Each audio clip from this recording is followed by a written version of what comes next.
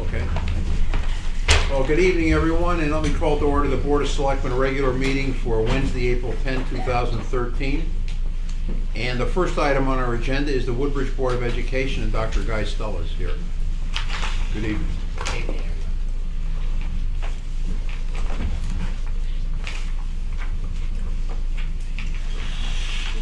Well, as you can see, I have a little pendant on, and it's Pablo Picasso. The arts are very, very important in Woodbridge. I know we have a very educated community, and they're very important at Beecher Road School. We like to say that the arts are the soul of the school. And one example was yesterday we had a presentation on Pablo Picasso to the entire student body, from first grade right up to sixth grade, and from kindergarten, I should say. The children were mesmerized by the presentation because it was made through drama, through song, through dance, multi-sensory techniques, and the children learned about cubism, artwork, history. In quizzing some of the children, many of them had a background in this already, so it wasn't something new. So it tells a good background knowledge that they're gaining at school and also at home. We have two outstanding art teachers there with a very broad knowledge base in art history. Now this is a commercial because it's an introduction to an invitation to the members of the Board of Selectmen and also to the citizens of Woodbridge. It's your school, it's our school, and Art Suite 6 will take place during the week of June 3rd. During that week, learning comes alive in the school building and throughout the campus through all aspects of the art, and that includes the visual arts, music, drama, dance, photography. And on June 6th in the evening, there'll be a special evening welcoming to members of the community and the parent community and the Beecher Road School community. So we're inviting you to come and join us. We'll be thrilled to have you there. I'm sure you'll be pleased at what you see. The school board and the town continue to work closely on budget issues. And as you were aware, the original budget request in January, the request for increase was $93,000, which was 0.73%. And thank you, Board of Selectmen. You're always supportive. You approved that. Through our monthly meetings with the first selectman, and also through the school board finance committee meetings, and we have Representative Lawrence is on as a liaison on that committee, as well as Sandy Stein, and they're active members of the committee. So from recent information that we brought back to the town, we realized an unexpected cost savings that recently developed. So with that information, the Board of Finance, from what I understand, was able to bring the budget down to zero.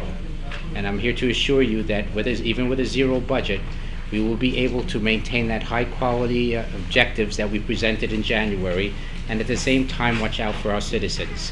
So I think this demonstrates the transparency of our process and also the importance and the dialogue and the type of collaboration that has developed between the town and the Board of Education. Also, again, through proactive management, good cost savings, and maybe some good luck too, there has been a surplus this year. And the driving factors has been things like natural gas. I give the town a lot of credit for moving so quickly with this here because the cost savings have been very, very good with that. And insurance, and also some proactive staffing moves that were made at the school. So, as has been reported to the town, there's a surplus of over $200,000. And again, through dialogue and cooperation, we're able to focus, and with board approval, school board approval, we're able to focus some of that money on projects that ordinarily would have to go through the capital budget and cost the taxpayers money. And that's things such as the security cameras and radios that we had to purchase, the perimeter cameras at the school, and it also involves our acoustics in the cafeteria. That's been a work in waiting for years, if not a decade or more. It also involves the phone PA system, and that's a collaborative to a little bit from the capital budget and some from the surplus. That's a security issue, that's a communication issue, and also a security issue. Cafeteria tables that needed to be replaced. So this is the kind of thing, again, hand in hand, I believe we're we're living that mantra of increasing the quality of education or enhancing it, and at the same time always watching out for the taxpayers during these very, very difficult economic times. I passed out to you a copy of the latest copy of the superintendent's update to our parent community. It's always put on the website too. It'll go on the website tomorrow. This is hot off the press, and it'll give you a capsule of some of the things that are happening at the school.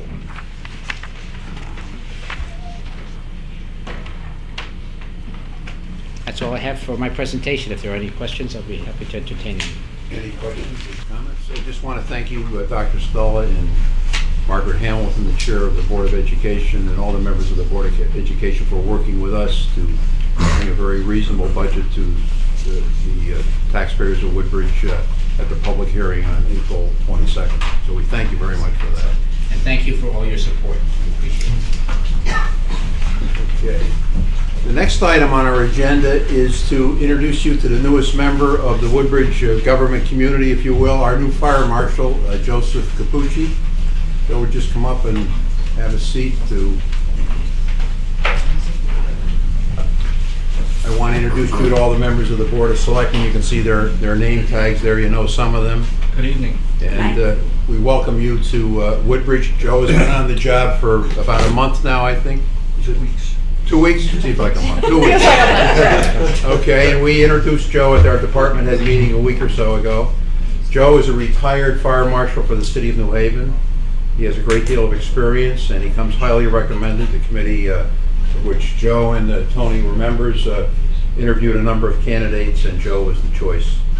And so we welcome you aboard and look forward to working with you. And any comments on the first 2 weeks? Or Everyone's been polite. All right, that's good. No complaints. That's good. Just like New Haven. Welcome. Thank you. Okay, I look forward to working with the community. good. Very good. Welcome Thank you. aboard, Marshal. Yep. Welcome aboard. Welcome. Okay. The next item on our agenda is the microgrid. And we have with us tonight Christopher Wester of Weston and Sampson. And just by a little bit of background, as you may know, the United Illuminating Company designated Woodbridge and Stratford in their area to be candidates for this microgrid program, which will be financed by the state, which is being financed by the state of Connecticut, to provide a backup energy system in the case of power outages. And so we filed our initial application, and Chris Wester volunteered the services of Weston and Sampson to assist us in that regard, and he did that at no cost. We have now moved on to the second or third round. I think we're one of 26 communities that have been selected by the state of Connecticut, and we just received the RFP, I think, yesterday, which is much more detailed than the initial application we filed, and which does require the expertise of electrical engineers, among others. And the cost for the services to provide, to fill out this application or to complete the application will be paid for by the state of Connecticut, up to the amount, I believe, of $55,000. Correct me if I'm wrong. So what we're going to ask you tonight is to approve a contract with Weston and Sampson to do that work for us at an amount not to exceed the amount that the state will reimburse us for, and subject to our negotiating an agreement with Weston and Sampson. But before we get to that, Chris is going to present a little bit of a background of what's going to happen. Okay. Absolutely, thank you. And that wraps up my presentation. So, no other questions. We'll move on. Again, my name is Chris Wester. Thank you for taking the time to have me here tonight. We're from Weston and Sampson Engineers.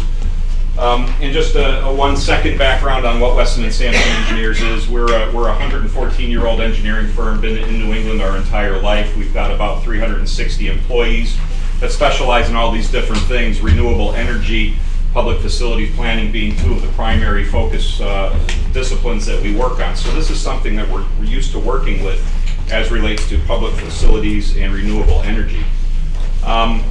we've been involved for many years in wind energy development and with other renewables such as the solar. This is one of the larger solar developments that we've done up in Pittsfield, Massachusetts. So again, working with renewable energy, working with energy service companies that provide and enter into agreements with communities, something that we do on a daily basis, and that gets into this project to some degree. But what the microgrid program is after all the storms that we've been having that have been knocking out power time and time again for long durations, the governor and DEEP have enacted, Public Act 12-148, an act enhancing emergency preparedness response to bring this microgrid program to us.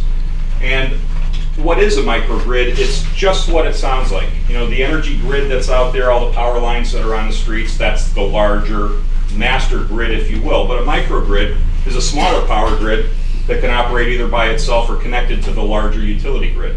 The goal being that you can establish a power source for a certain small area of critical facilities that will operate, provide power to those critical facilities, even if the major grid goes down because of a storm or some catastrophic event like we have been seeing. So the major components, as you see here, of the microgrid are an on-site power generation, which is called distributed generation, local loads, which are the buildings and the uses throughout the microgrid area, and the electrical switching gear that bring that grid into and out of the main grid that's out there. Okay. The purpose to develop this microgrid is to support what I had called critical facilities, and this is a listing of some of what these critical facilities are: hospital, police and fire stations, water treatment, sewage treatment, public shelters, correctional facilities. But what I find the most interesting is commercial areas of a municipality. So if you have an area that has a lot of housing in it, say apartments or condominiums, and perhaps a neighboring grocery store and a neighboring gas station, in my opinion, those are pretty critical during a power outage as well, because it's nice to be able to get some cold milk somewhere and get gasoline when power is out. So what we're looking at here for the town is a microgrid that encompasses these facilities that you see here, which are all around us where we're sitting today. You've got the DPW out back, the town hall itself, senior center and police department over here, the new fire station. So the cluster right around the town green here, what you see, and it does extend up to the high school. And that's one of the critical factors that got us approved for this, because the high school is a regional inoculation center in the case of some sort of a widespread, I don't even know what you call it, but for inoculations. Public health catastrophe. Thank you very You're much. welcome. Good word. So what we want to do is put together a distributed generation facility here in the center that consists of a smaller modular power generation technology placed near the point of energy consumption. And that can be as simple as a standby generator for a small facility. But what we're looking at here is either some sort of fuel cell or a gas turbine to take use of the gas service that's been brought into town. It was great foresight by the town to bring that in, done in record time, and it's going to serve the community well with this microgrid especially. We're going to use, like I said, fuel cell or gas turbine. The program itself, grants awarded not to exceed $15 million, and the grants are going to assist with the cost of design, the engineering services, and the interconnection infrastructure. Okay, what is not included in what the DEEP is funding is the actual generation facility itself. In other words, the fuel cell or the gas turbine. Those will be funded under other programs, but not under the program here. So each project, including the one that we're looking at, maximum cost of $3 million. And again, that'll pay for the infrastructure. So we've been through phase one. We worked with the town back in January, submitted as first selectman stated. We are one of 27 that were selected to proceed to the next round. I believe there was something like 35 submitted in the entire state. And now we're moving into phase two. This is the RFP process where we will actually put together the design of how this system will operate. This is the nuts and bolts design. Right now, the first phase was a feasibility just to see if the town and the facilities here fit into what their vision of these programs were. So right now, we're getting into and going to be submitting the feasibility report by June 2013. And at that point, we hope to be approved and move into construction of this facility. Who is the group? Myself, a client manager, and I only present these because most everybody on here has already been into town and shown the expertise that we bring. I hope everybody, Tony and Joe and everybody, are very familiar with who we've got and comfortable with the people that we're bringing in. But these are all people that are very, very astute and very experienced in, in the renewable energy resource. John Figarelli is the head of our entire company's renewable energy resources. He's in my office here in Rocky Hill. Robert McAleer is our electrical design, and Mike Skrosky's doing the actual integration amongst the program. So that's the end of it. I wanted to keep it very short and just give you a brief update as to where we are and what's going on. Well, thank you very much. Anyone have any questions? Yes. If not, then thank you for your presentation. And then I would entertain a motion to retain Weston and Sampson to act as the consultant to the town of Woodbridge for Phase 2, to complete this RFP for Phase 2. So moved. This Second. is very exciting. Very good. And so that's the first motion, I guess. So any discussion? All those in favor signify by saying aye. Aye. Opposed? And then the second thing is to negotiate with our town council and myself a contract with Weston and Sampson to provide those services in an amount not to exceed $55,000 or the amount that the state provides for reimbursement for these services. So moved. Second. Okay, any discussion? All those in favor signify by saying aye. Aye. Opposed? Okay, thank you. So you can send a draft agreement to us and then, Yeah, you'll have it in a couple days. okay, thanks, Chris. Yeah, okay. None of this is permanent. The next item on our agenda is Rid Litter Day, which is Saturday, April 20, 2013, 2 days before Earth Day, as I understand it. And Jill Schaefer, a resident of Woodbridge, has graciously volunteered her time, and also I think the time of her husband, Bruce Schaefer, to I know that song. coordinate our Rid Litter Day activities. And she's going to make a presentation about how the process will work. She's not only volunteered her time, but also volunteered some expenses that she's incurred to make this cleanup a success. And as you know, we've had a very severe winter, and now that all the snow is gone, you can see the debris that's on our roads and streets. And so this hopefully will be a community involvement through your efforts, Jill. So once this is available, you can make your presentation. Thank you.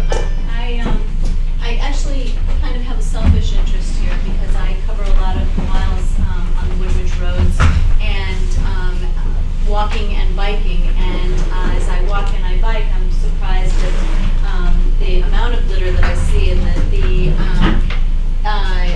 concern of mine was that we clean up some of the litter around town and take good care of our town. And I approached First Selectman Sheehy and asked him if he would allow me to get involved, which he did.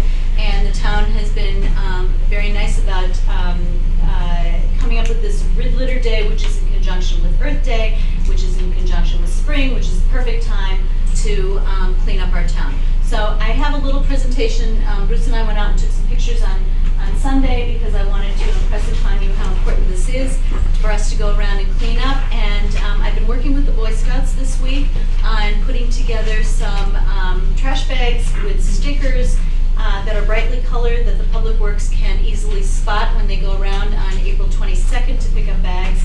And I've attached flyers, and this is all been prepared by the Boy Scouts, and I'm meeting with another Boy Scout troop tomorrow night, Troop 907. Troop 63 jumped right in on Monday night, and they could not have been more willing to get involved.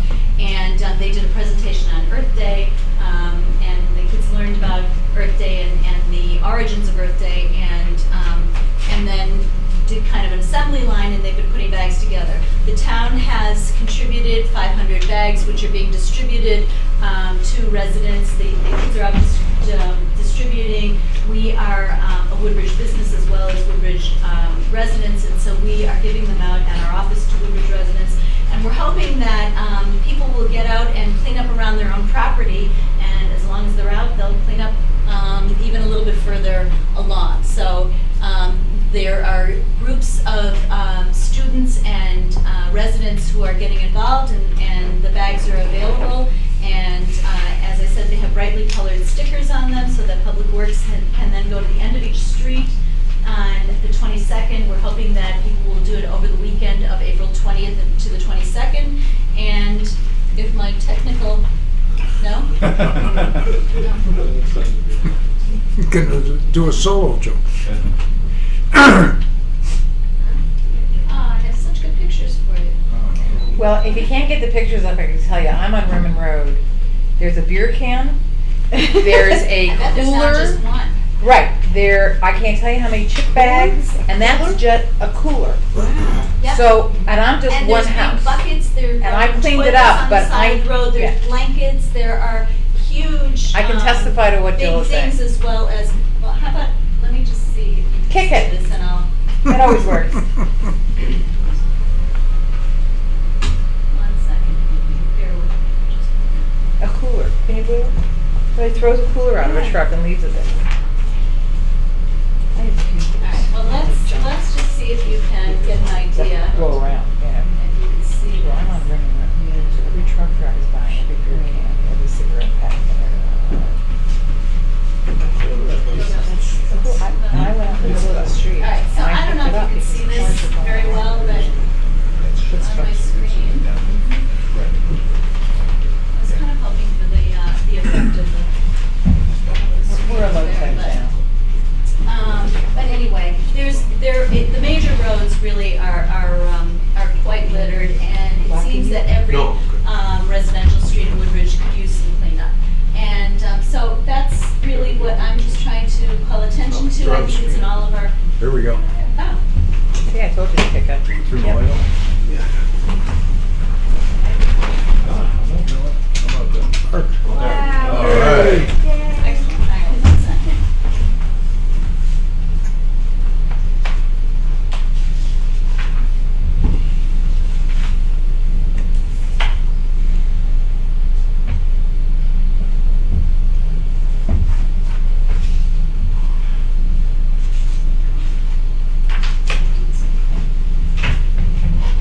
All right, well, I'll just.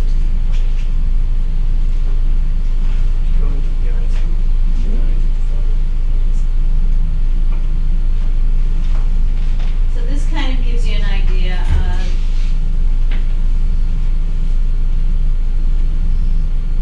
Wow. That's across from the Woodbridge Country Club. Oh, don't say that. Country Club of Woodbridge.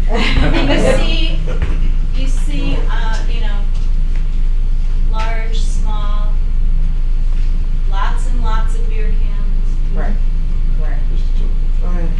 Because they're throwing out of cars. What they're doing drinking in the car in the first place, I don't know. That's another question.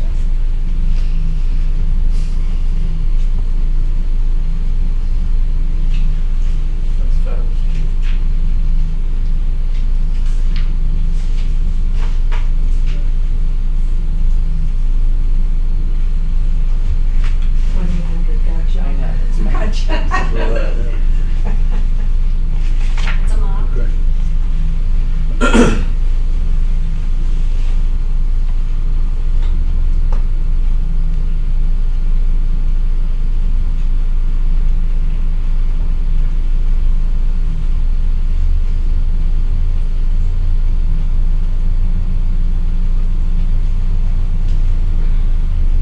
We rode down Peach Road, and then we went by the club, and then we came back around and went down Beecher, and it seems as though maybe every 30 feet you're going to find more stuff. There's something. Anyway, so you Yeah, get the idea. we do. So I'm going to leave these bags here, and anyone who would like to take one and would like to,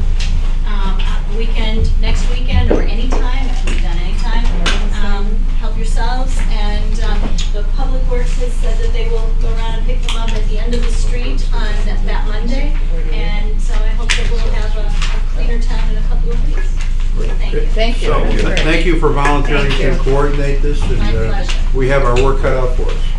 So thank you. Turn those lights- yeah. Okay, item 5 on our agenda is a report from Malone and McBroom, and John Hammer is here, along with Warren Connors, to talk, and this is for information purposes, about proposed sidewalks in the business district, specifically on Lucy Street and Litchfield Turnpike. As you know, we previously have installed sidewalks on Amity Road through a state grant. And this is another grant that we have in the amount of $200,000 for a further complex of sidewalks. So what John will do today is sort of review that with us. There'll be a public information session for the residents affected by this new sidewalk construction, probably sometime in, will be in May. John, do you think? Yeah, that would work. Okay. So I'm John Hammer from Malone McBroom. I'm a landscape architect, a licensed landscape architect. I've been with Malone McBroom for 11 years. I'm working with Woodbridge for the past 3 on sidewalk improvements. And I actually have a version of the original board that we put together. And I'll show the audience first here. For the board. Originally, I'm not sure how visible this is for you from that distance, but the Greater New Haven Transit District project provided us the funding to do the work from Bradley Road, which is up here, essentially down to Landon Street. We then already had sidewalks from here down to Lucy Street, and we completed another portion of that project for Lucy Street. This phase of the project was initially to provide a connection from the intersection of Amity Road and the Bank Street over by the bank here.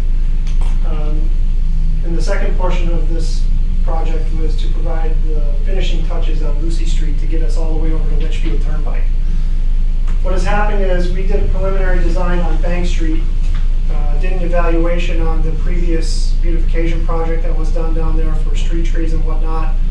There's a lot of utilities that are in the way, various obstructions, and with meetings with the town, as you probably were, we recommended to an alternate plan to continue from the intersection of Lucy Street and Litchfield Turnpike and go north.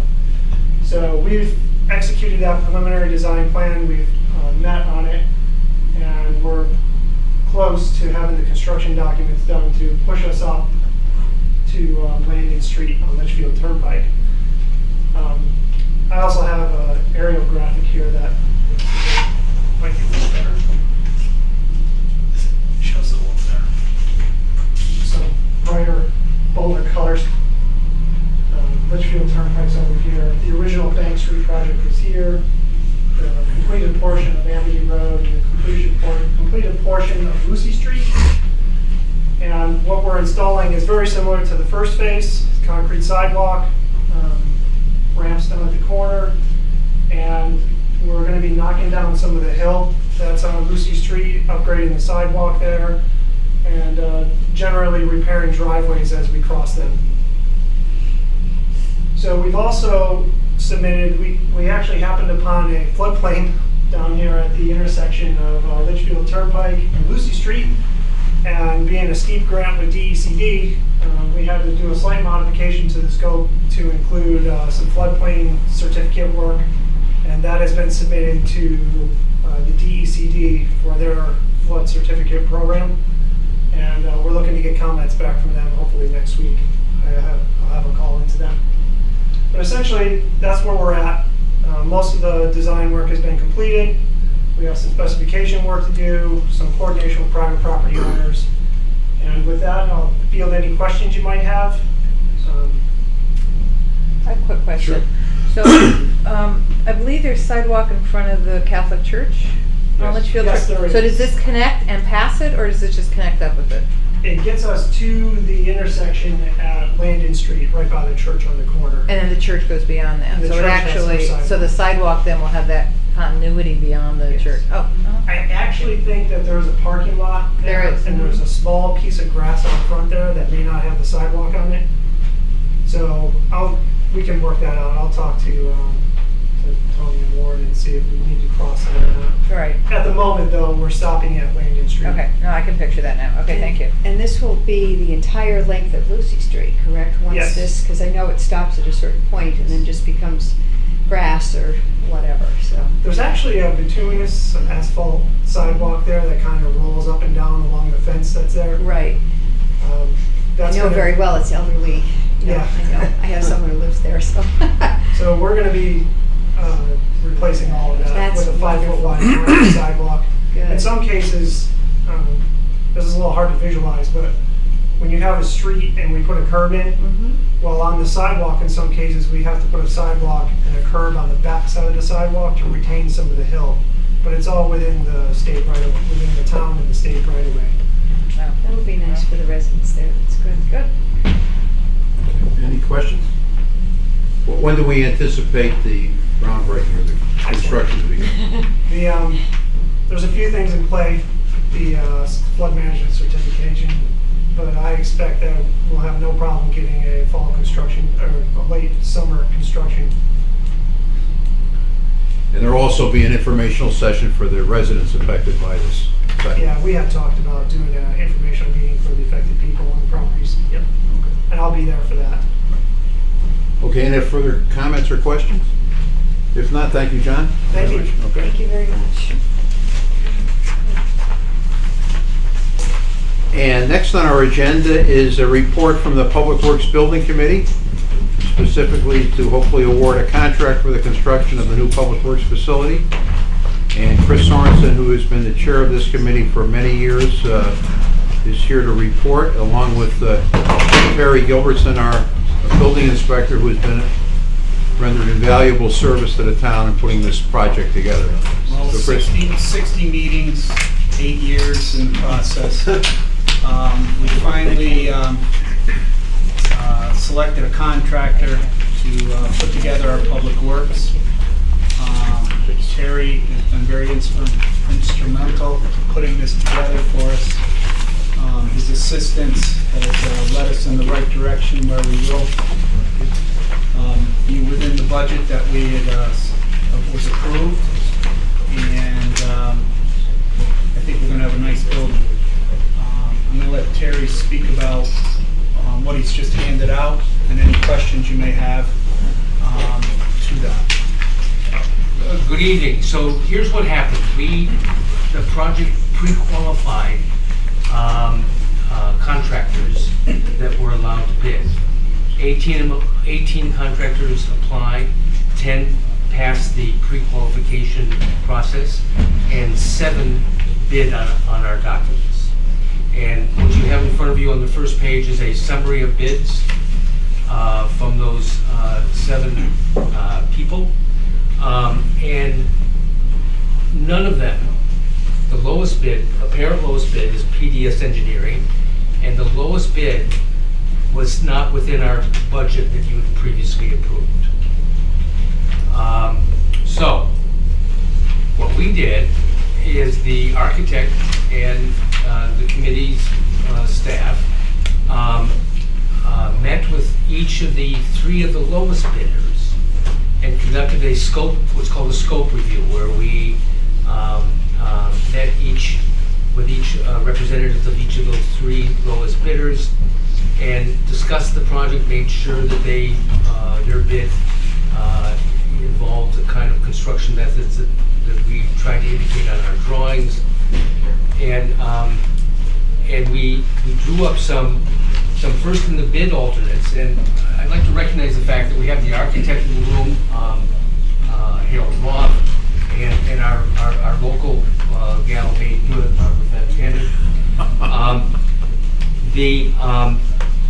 and on the second page you can see the 5 alternates that bidders presented to us. The first alternate was, we had promised the finance board during their deliberations that we would separately price the radiant heat in the concrete floor.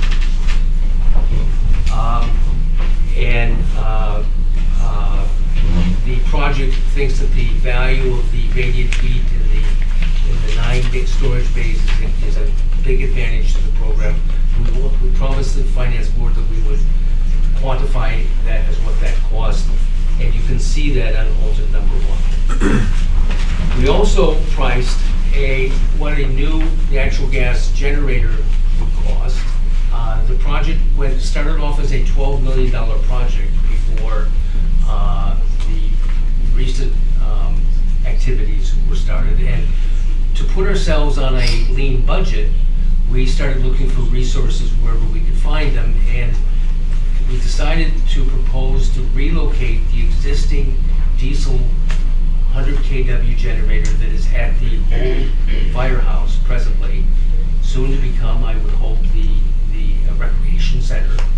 And that we're not certain that the recreation center needs 100 kW worth of generation during a storm, but Public Works does. We cannot operate a building without emergency generation for Public Works.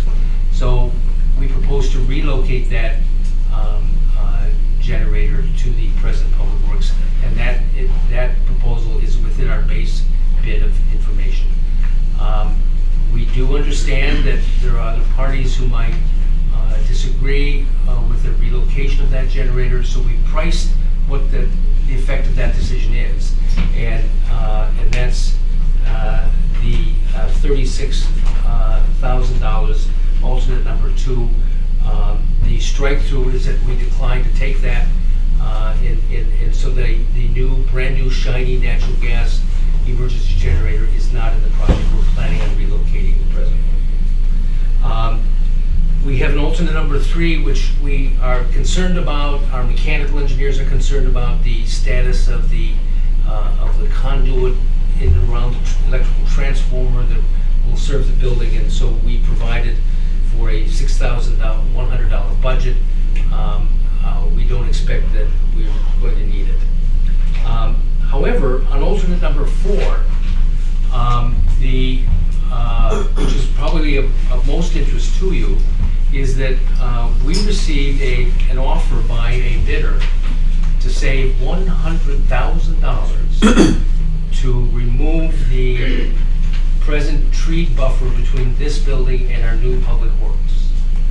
And that's because they're close to each other, and to maintain a safe excavation slope without spending money on excavation support, such as pile driving and other sophisticated methods, you need a 2-to-1 slope, and we would lose this buffer that the project always planned to preserve.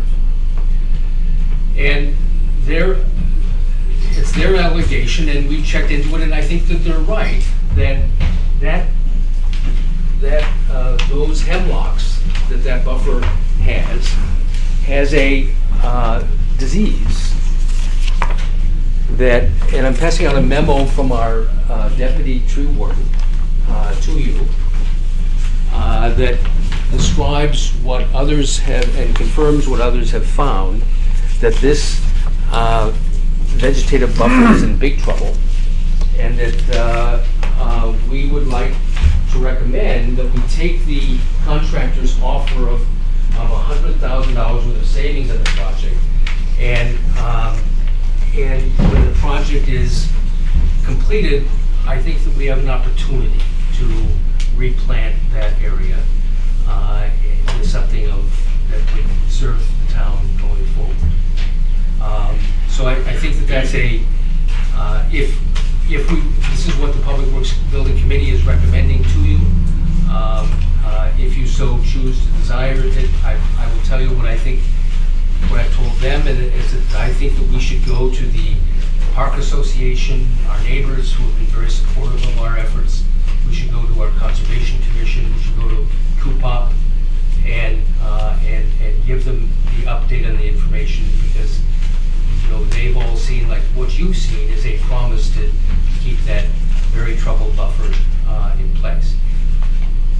difficulties that we have, and what's outlined in the memo, is that if we choose to keep that buffer in place, we have to start using some pesticide loads to get rid of these pests. Otherwise, they're simply dying. And your close examination will show you the deteriorated portions of them. And we've already established a policy against the pesticides that we would need to save those things. And that would require, by the way, the continuing use of pesticides going forward. So it's our advice from the Public Works Building Committee is to take this opportunity to renew that vegetative buffer with a more modest circumstance. There's also an alternate number 5 where our plans and specifications called for the fill that was going to be used coming out of the site to be relocated at the contractor's expense to a legal disposal. We started thinking of ways to cut money, and we realized that amongst our 1,000 acres that there must be some place. And we've thought of several different places, all within a 5-mile radius of the project, where we can receive what we absolutely know to be not only clean fill, but one of the more studied amounts of fill that we've ever had in town. Because this is, of course, where we had spent a lot of money and time testing this stuff. And so it's very clean, and I think that we can find a good place for this. When we took the 2 alternatives of alternative number 4 and number 5, we were still not within budget. So we made a list, and it was a list of 19 items of things to remove from the project. And I'll give you some examples of the kinds of things that were removed from the project. We had if you recall the last time we were with you, asking something from you, we asked you to allow us to move the truck wash into one of the bays. We had designed in that bay a block wall that had a porcelain finish on it, the same porcelain block that every DOT truck washing facility has. And it turns out to be that block is very expensive. And so we asked for them, and they have priced an alternative of an epoxy paint on a regular block. We think that will hold up on a vertical surface fairly well. It's not as good as the porcelain block, but it's affordable. We responded to a contractor idea of... And that's a saving of about $19,000? Correct. Is that right? Yes. Yeah.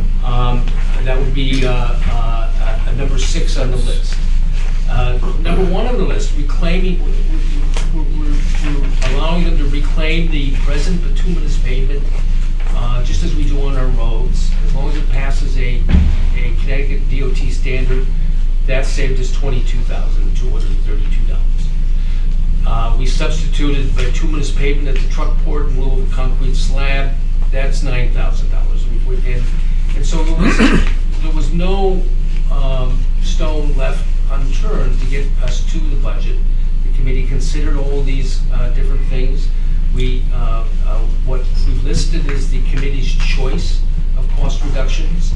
And I can tell you that I believe that on the last page is the budget that's been prepared by Tony Genevieve based on all this information. And Tony, I give this budget to you to discuss. The budget you have attached is the budget for the project, and it includes the original budget, which was the original budget here that was developed, and then the adjusted budget, which represents the project budget we are discussing currently. And you'll notice the $5,285,000 base bid and the 2 alternates, along with the bid adjustments, correlate to the information you just were looked at, giving you the construction budget of $5,068,000. And then below that are soft costs that have been developed, budgets for each of the soft costs. You'll see below, including architect engineering fees, equipment budgets and other expenditures. There's borrowing costs for the note issues and the bond issues. There's interest expense for the project while it's under construction. That's $56,000. And there's also a contingency of $255,000, which is at the bottom. That's a little over 5% of the construction project. And so that's the adjusted budget of 6.39 that you have there. And and then you have the actual, which has been spent so far. I've given you your available budget of $5.9 million. And that's all within the budget that was established at the borrowing for the project. And so this will be a regular update that I will provide for you monthly as we proceed through the project, as we did with the firehouse project. So you can see on a monthly basis how the project is doing and how the budget's faring. So at the last week in this room, a week ago, the committee, the Public Works Building Committee, voted unanimously to recommend to you that the lowest bidder be chosen, and that we'd like to suggest that you might delegate to your first selectman the contract issuance to PDS Engineering and Construction. And PDS Construction is located where? I think they're in Enfield. Enfield, Connecticut. And they were on its pre-qualified list of bidders that you previously described. They're pre-qualified, yes. So to get this on the table, I guess we would need a motion to award the bid to the low bidder, PDS Construction of Enfield, Connecticut, as set forth in this document that you prepared and submitted to us tonight. So I entertain a motion to that effect. So moved. Is there a second? I'll second it. Okay, any discussion on that? I have a question. Yes.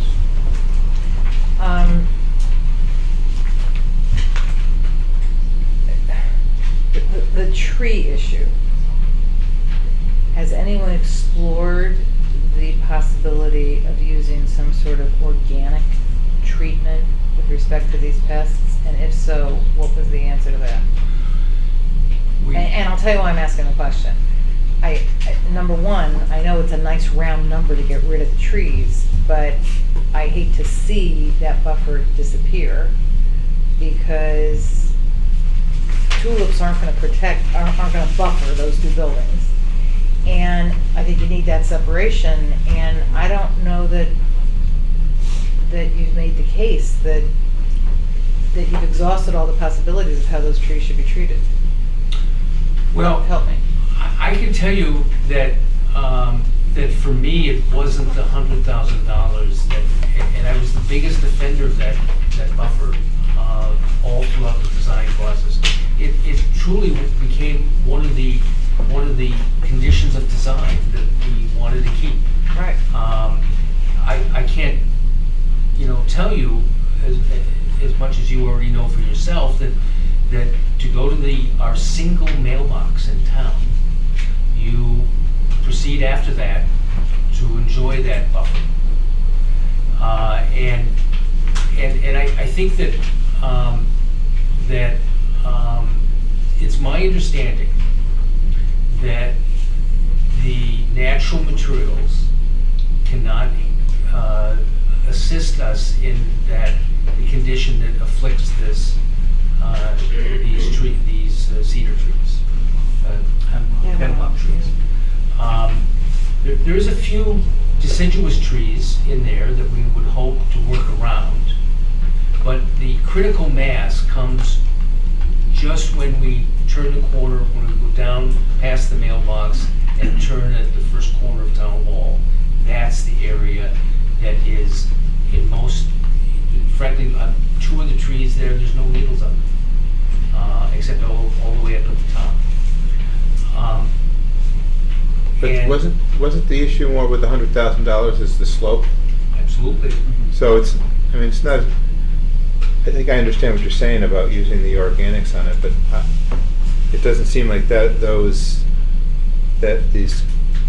insects are affected by the, now they came after we stopped treating the trees, so it's almost a direct result. Well, we don't know that. There's no evidence of that Well, one way or the Well, other. they stopped and then it started. I mean, that's. No, but- they stopped and then they looked. I mean, we don't know. Right. We have So, no idea how long but they've the done issue it. wasn't as much the fertilizer or the pesticide, it is they could spend less money with the slope with the trees gone than with the trees there. So I think And that's then- what they're saying, and then I guess they were using the fact that they're diseased to say, well, they're already diseased anyway, so it's not really like.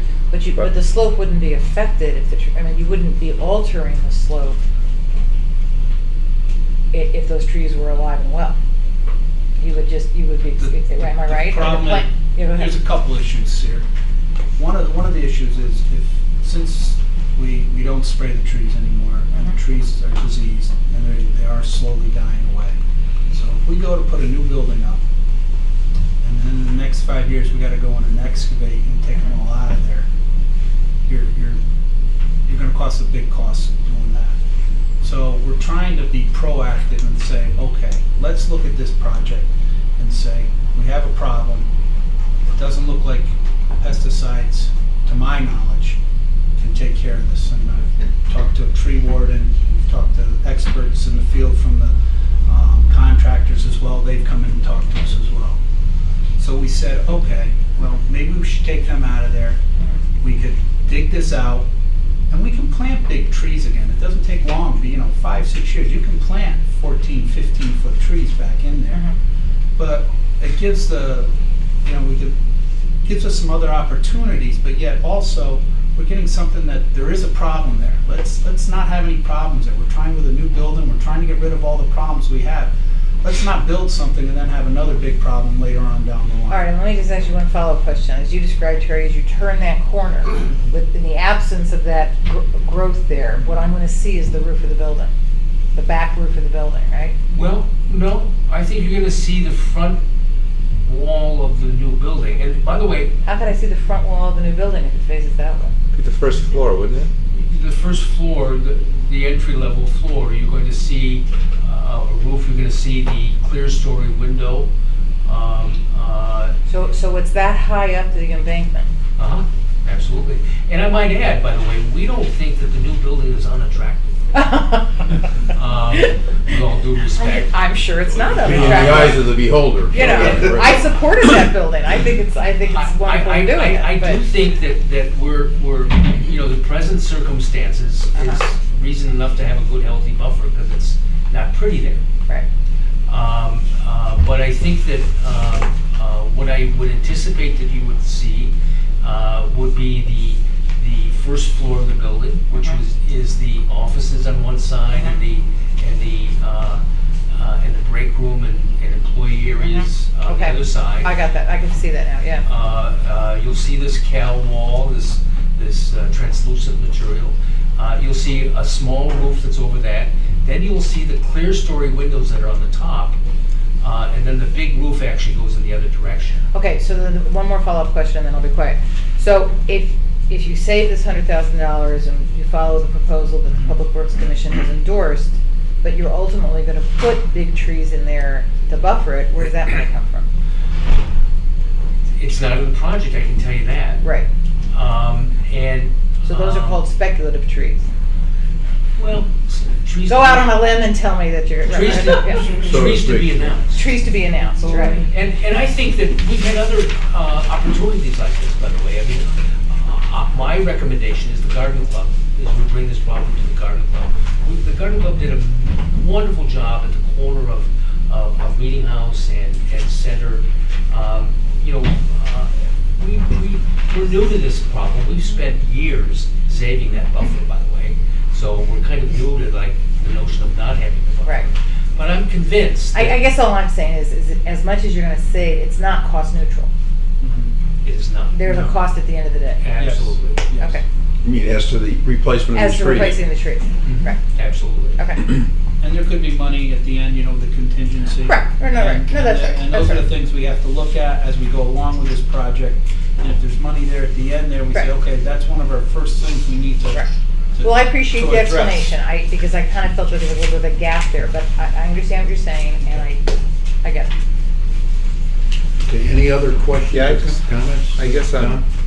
just want to understand what we're going to be voting on, I guess. So PDS Engineering and Construction was the low bid at 5.2. And then we've got all of these different options or alternatives. On page 2, you mean? Yeah. Yeah. So the Public Works Committee has chosen alternate number 4 and 5 and recommended to you that, which is at, $106,500. And then we're still not within budget until we start taking 1, 2, 3, 4, 6, 7, 8, 10, 15, 16, and 19 that are all represent reductions of the scope of the work. And I'd be happy to take you through those if you are interested in them. No, I see them. Okay.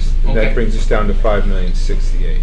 And that gets us to our budgeted number, which then that works. 568, which works in our budget, right? It works in our budget.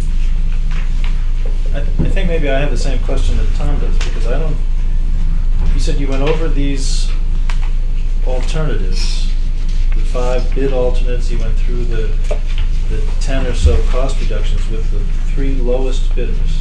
Right. Yes. Okay. And you're still inclined to recommend PDS, and all of that is fine, but I don't see anything in here, I don't see a revised number from PDS, and I guess I just want some assurance that they understand we have $2 million These are their, less. this that number at the top that you see on page 2, 5285. Right, that's correspondence from the front page. All right. These were their numbers that came down to us when we asked for the cost reductions and the bid alternates. Okay, right, well, all right. Those are their numbers that. See, I saw their name, I saw their name at the top, but I didn't. Savings. Those are what they said to us. If we went with these alternatives or cost reductions, this is what their numbers were. Okay, that's fine, and then I was These are just, PDS's numbers, not the other companies. This is their numbers that came to this, to where we are now. that makes it clear. I was looking for PDS at the bottom too, I guess. Okay. So the bid we're awarding, if we were to vote in the The whole So affirmative, in other words, where it says is $5 million. construction contract amount, we should have had PDS. That's what it should be right So the now. whole second page is PDS. Correct. Thank you, that So helps. in awarding this bid, the number we're talking about is $5,068,885.38. Oh, but you didn't, I see. I read it going all the way through. Okay. Yeah, no, I'm clear now, thanks. Chris. Okay. Okay. And Can I the just results ask- from the other two, I mean, they start at a higher number, so they weren't even close. They make similar We suggestions. can't get there from here.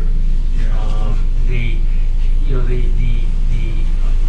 people who are not the lowest bid had the further distance to go, and no one got to be lower than PDS. There were all sorts of proposals, but none of them arrived at our budget amount, and none of them, we applied the cost reduction things to those other 2 bidders too, I want you to know, and even with that, there's another $200,000 more for the next closest person, and probably another $300,000 for the third person. So, I think this is a recommendation for a lowest bid. The project itself has had very good experiences with low bids. We put out to bid the civil engineering. We took the lowest bid and we've been very happy. We took out to bid the geotechnical work, and we're very happy. And one thing too is we went and pre-qualified everybody. Everybody's interviewed, everybody was talked to. So I mean, there was a lot of background to every one of these people that came in. It isn't some guy off the street. We made sure that we wanted to tell these people what we were doing and what we expected out of them. And when we came back to speak to them again, when we were talking about where we needed to be or how we needed to go, they all came back and they all did their best, and they all seemed very, very rearing and ready to go and work on, project.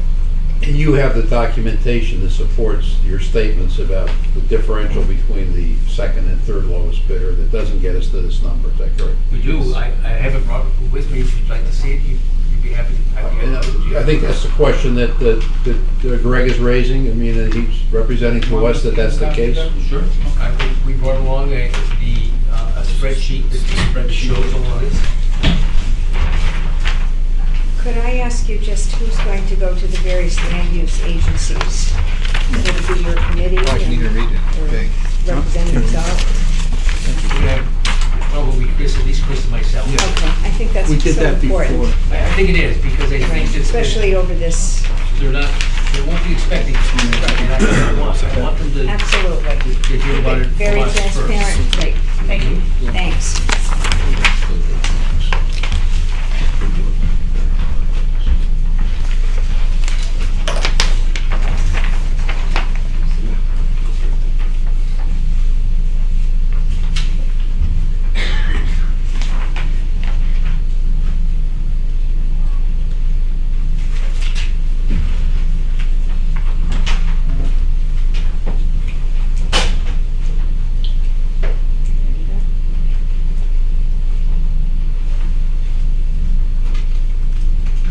So there are double sets of names here on this spreadsheet, and you can see that PDS is out of the first two columns. The next lowest bid is Secondino. The Whiting Turner on the end, and then Secondino. And they all had different ideas of what things were worth. But at the end of the day, it was PDS that was able to get it down low enough to meet our budget. I'm frankly reluctant to recommend that you go to voters for more money on this project. No, I understand.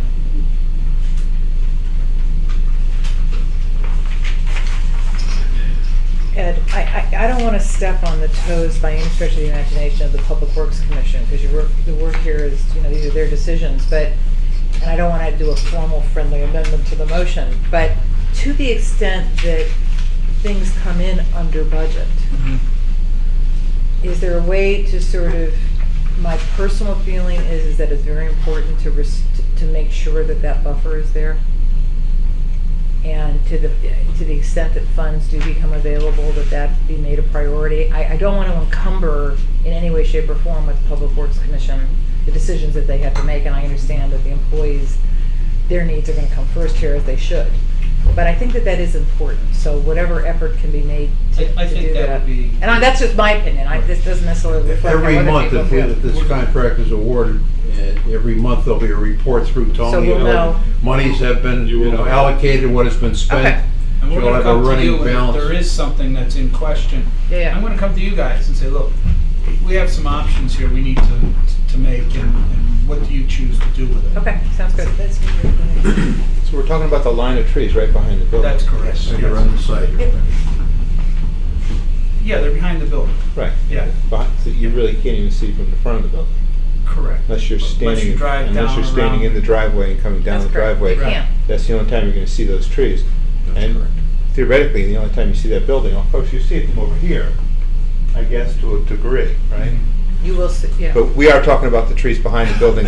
That's right. Okay. Yeah, that's right. Behind the town hall. Yeah. Well, that's why I don't want to encumber anybody's discretion. Right, I just don't, I guess if sometime down the road, you decided you wanted to put up, arborvitaes or some type of trees that would grow fast and tall, you could do that, but I don't want to make that a part of the motion. Definitely Well, the not. plan is to Definitely replant not. the trees. Yeah. Yes, that's the plan.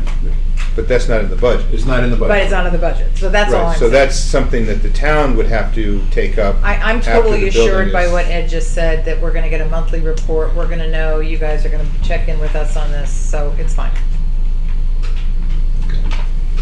Okay, are there any questions then on the last document that Chris handed out? No, it looks like you guys have done a lot of work on this. Looks like you've done your homework, totally. I really appreciate the explanation. So are we prepared to vote then? We are then. All those in favor signify by saying aye. Aye. Opposed? Passes unanimously. Thank you very much. Thank you very much. Thank you. Now, there's a second element to this, and that is to negotiate a contract with PDS.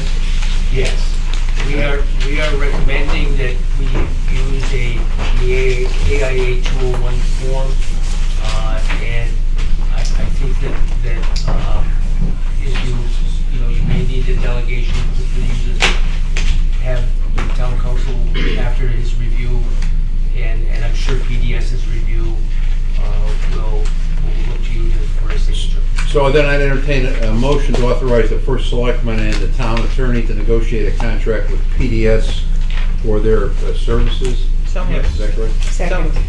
Any discussion? Is there do we need to put a dollar figure in the motion?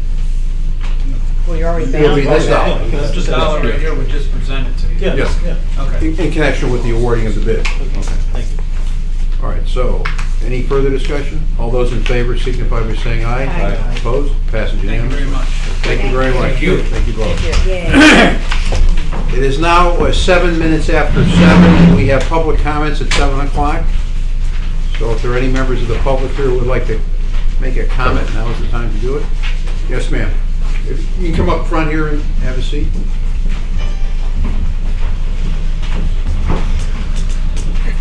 Just state your name and address, please. Thank you. Susan Israel, 18 Carriage Hill Road. I want to ask people's permission first if I may talk about something that affects everybody in the state but really is not Woodbridge business. Is that all right? Sure. Okay, I'll make it quick. I think it's disturbing, and I think people should know that our Public Health Committee has declined to send a certain bill to the floor that would have given us citizens the choice as to whether or not we want our health insurance claims data information to go into a centralized database managed by a private company with the data to be released and studied by the state of Connecticut. So that means that every diagnosis, every doctor scene, your prescriptions, what you've taken and when, your hospitalizations, all your demographic data, your ID data, such as your social security number, go into this database, okay? Then, this was passed last year, and the regulations were written over the course of the year. I'm not a lawyer, but I read the regulations, and it seems to me that identified data can be seen by state agencies, and it's probably the Department of Public Health and the new Connecticut Health Insurance Exchange, which is called Access Health Connecticut. Now, they don't exactly say that, but what they say is we're going to be following these federal regulations. Well, if you go look up the federal regulations, it allows you to handle identified data as long as you follow the HIPAA rules for non-disclosure. So, as the Public Health Commissioner said, you would have confidentiality, but she didn't mention privacy, because that can't be guaranteed. The person who testified against people having choice from Access Health Connecticut said your age isn't going to be different. Well, if you look up the references to the identified public data sets, you can give the year of your birth. You can't give the month and the day, but I think you can give the year. Now, some groups, presumably research type groups, will be able to have your zip code, the names of your doctors, and full dates. When they talk about releasing the data, they say to the public, in one sense, aggregated, but they don't specify how the data is going to be aggregated. And then in another thing, they talk about public data sets, and they say, again, the way it's going to be identified. So I think this is very troublesome, and I think it's very troublesome that people in the state don't know about this. So I appreciate all listening. Thank you. I did testify before the Public Health Committee. I was the only one that testified for our choices. If anybody's interested in the details, I can back up everything I've said. I have a packet, and you can read my testimony online. Susan, if people want more information about this, what's the best way for them to access? Well, I have a whole packet that I've put together with all the testimonies and What's the name? What's the number of the Public Act? Sorry. It's the original bill was HB 5038, 2012. Okay. The bill that they turned down was proposed House Bill 5737. Okay. My testimony's online, and I put in the regulations and also the federal regulations, and I have a packet. And I also, I just just want to say one other thing. When the Commissioner of Public Health testified for the bill last spring, she made it pretty clear that she intended to see identified data. When she testified this spring for people not to have choice, she didn't spell that out. She just said, we're going to do confidentiality, we're going to follow all federal regulations, which I believe they are, and then she stated a regulation that if you look it up as I read it, you can see identified data. Also, they refer to protected health information, which by definition is identified data. And so I emailed some people involved with the ABCD and asked them my questions, and they didn't answer me. And I think it's distressing that the public is being asked to trust these people with our medical data, and then the people who are doing it don't seem to think they really have to give you all the information. And I think that's very distressing. Anyway, thank you all for listening. So your purpose here today is to get members of the legislature to vote against this proposal? Well, unfortunately- Is that in a nutshell? Well, it's a little belated because the Public Health Committee decided not to even send it to the legislature. Okay, for so a there vote. won't be a vote on it? No, there won't. Maybe somebody could put it up as an amendment to a bill, but the public doesn't know about it. And I guess it was a little silly to think that the members of the Public Health Committee would allow it, because many of them, as it turns out, had put forward the bill to begin with. And, they don't want anything to upset their bill. And I wanted to state one other thing. It's very possible a lot of this information could have been gotten from the insurance companies anyway, without compromising people's privacy. But that gets into policy, and it's a whole other debate. My contention is that people's privacy shouldn't be put at risk without their consent. And you had a letter to the Register this week, I Yes, think, I a letter did. to the editor? Did you Yeah. see? Yes. I They did. published I did see it. Yeah. All right. All right. Okay. Okay, thank you. Thank you Yeah. very much. Thank you. Appreciate it. Thanks. All right. Any other member of the public would like to speak? Yes.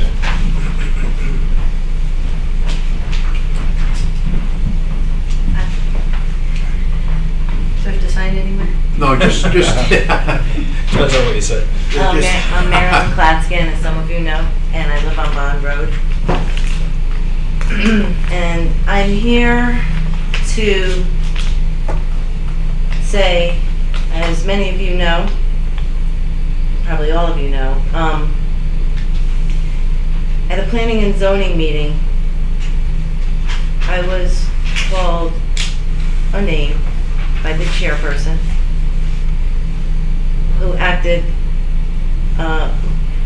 in my opinion, he violated the ethics as defined in the Woodbridge Town Charter towards a citizen of Woodbridge, that would be me.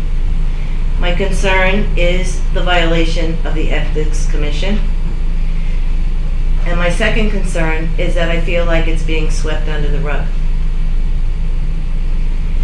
So my question to you is, what, if any, action does the Ethics Board and/or you, as the Board of Selectmen, plan on taking based on this issue? I'll just respond to that in the sense that I know that the chairman did apologize at that meeting. I wasn't there to hear an apology. Okay. And it's in the minutes of that meeting. And I have talked to him about that, and I told him that it was unacceptable, the remarks that were made, and he realizes that. And he has apologized. Well, he didn't apologize to me, and I was the object of his. I just state that for the record. Well, it sounds like you're defending him. I'm just stating what has happened. I'm not defending. As a Well, matter of fact, I was critical of those remarks. To me, it feels like you're defending him. He may have apologized. I was unaware of that. I was the person that he swore at. And he violated the town ethics charter. So, do you, as a Board of Selectmen, have any opinion on that? Or any, how do you feel about the ethics board? How do you feel the fact that he violated it? And also, I would welcome the opportunity for any or all of you to attend a planning and zoning meeting to feel the milieu that he puts on those meetings to the public. It's unacceptable, it's inappropriate, and it's a violation of the Ethics Commission. Well, I think to answer your question, I personally, and I'm sure the board feels the same way, that we feel like the ethics policy, we feel strongly about the ethics policy and enforcing the ethics policy. So to that point, Jerry, what is a response to a violation of the ethics policy? We have an ethics commission in town. It's appointed every 4 years or 2 years. And I would suggest that you file a written complaint with that commission. And I think their procedures are to look at the complaint, and if you so choose to do that, then they're the appropriate Yeah, I was entity going to to ask, you haven't handle. taken it to ethics, the Yeah. ethics? Not yet, No. no. Mhm. If there was a violation, they're the appropriate commission to initially review that complaint, and I'm sure they will. So I think that you should, and I'll take a look at the ethics ordinance. I haven't looked at it in a while, but I'll take a look at it and I can talk to you and I'll tell you exactly how you can go about it. So the procedure would typically be to file a complaint with the Ethics Commission? If there's a violation. And then if there's a violation, it would come to the Board of Selectmen? No, it's the Ethics Commission. They would take care of it? Yes. They don't meet regularly, they meet on an as-needed basis. As right? needed, so. Yes. So I think that's probably your best avenue. And Will do. if you're not satisfied at that point, then come back to us. Okay, but I just came here in the first place because as I said, I feel like it's being pushed under the rug. You say he apologized and it's in the minutes, I believe you. I was unaware of that because after he kind of attacked me, I left. And I didn't stay till the end of the meeting to hear his apology. And there's two kinds of apologies. There's the apology in general, and then there's a direct apology. And so, because I was the brunt of his swearing at me and calling me names, I did not hear an apology. And if I did, I don't know how I would feel about accepting that or not. But you as the Board of Selectmen have the opportunity to take somebody who's treats the public in that way and remove him. He could resign, he could be removed, but nobody's, I guess an apology was okay for you, Ed. I don't know. No, I'm just reporting. I was critical of the remarks he made. It was in the newspaper, and I stand by those comments. I'm just telling you that there was an apology made, apparently not to your face, No. but it was made at the meeting, and it's Not in in the my minutes. presence. It Not in wasn't your made in my presence. presence. Right. That's all I'm telling you. But I do think that if you want to pursue it further, and you have every right to, the proper place to at least start would be the Ethics Commission. And I'll be happy to take a look at it, as I said, tomorrow, and I'll talk to you about it, and I'll tell you exactly how to do it. Who's on the Ethics Commission? I have no idea. I don't think they've met in a while. They only meet on, I actually think it's clergy. It is clergy. I know Father Janelli is on I there. know the rabbi from Benny Jacob is on it. So everyone on it is clergy? I can't I say don't know that if for they're- no, sure, not I know everyone. they're on it. There are several. And I don't only think- meets as an as-needed basis? Yes. When something. Right, as a it call. comes If you were to with file a nobody's- complaint, then they would Right, be- they have, they're forced. And they make the decision as to whether or not what happened is a violation of the I don't- ethics? They would I make don't it, know the answer they've to done that. this in recent history, I think once, and I don't remember the specifics, but they would make a decision on whether there was an ethics violation. Well, it's advisory. No, I think that they have. They have power? They have the power to make the decision. I am going to do that. Okay. I definitely am going to do that, but I also would like to say that it's extremely disappointing to me that you, as members of the Board of Selectmen, aren't addressing it. You, as First Selectman, and all of you as a group, although whether or not he violated the Ethics Commission, that will be a fact. He did. But morally and in the best interest of the town, it disturbs me that it's not addressed by the Board of Selectmen. I'm sorry, I have to say something about that. I don't condone what happened. I don't think what happened is characteristic of that chairman. I know him. And for you to suggest that it's being swept under the rug is, in my mind, to suggest that it's being condoned, and that's not the case. It The feels chairman, like it's the me. chairman, excuse me, the chairman regrets his behavior. I know that because of what Ed shared with us and because I know the man. And so I guess I just object to your characterization that it's being swept under the rug. Well, I don't know him, he's not my friend, but from what I've heard since, and from the outpouring of phone calls and emails and contacts that have been made to me since it happened, they disagree with you. They say it is characteristic. Well, I don't know if it's characteristic. I don't expect it to happen again. No, I don't think it will. Right. And it's a shame that it happened once, and it's a shame that it wasn't And no really one, addressed. and my sense is that no one feels that more than the chairman. Well, he had me fooled. I didn't hear about it from him.